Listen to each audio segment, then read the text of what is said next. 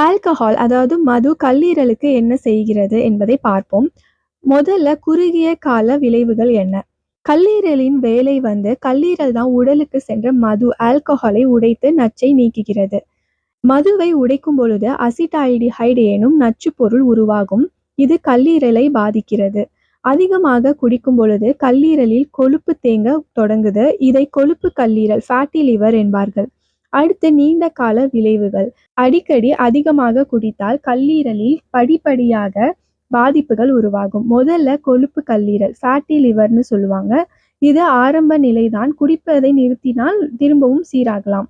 அடுத்தது alcohol hepatitis. கல்லீரல் வீக்கம், வாந்தி, காமாலை, மஞ்சள் நிற தோல் அல்லது கண் ஏற்படும்.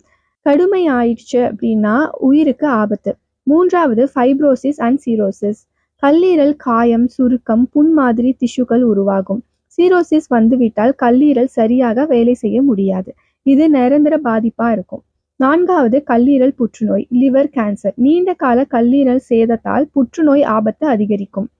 பிற பாதிப்புகள் என்னன்னு பார்த்தீங்கன்னா, ரத்தம் உறையாமல் போகும், வயிற்றில் நீர் தேங்கும், அசைட்ஸ்னு சொல்லுவாங்க. மூளைக்கு இந்த நச்சுப் பொருள் சென்று குழப்பம், நினைவிழப்பு ஏற்படும். ஹெப்பாட்டிக் என்செஃபலோபதின்னு சொல்லுவோம்.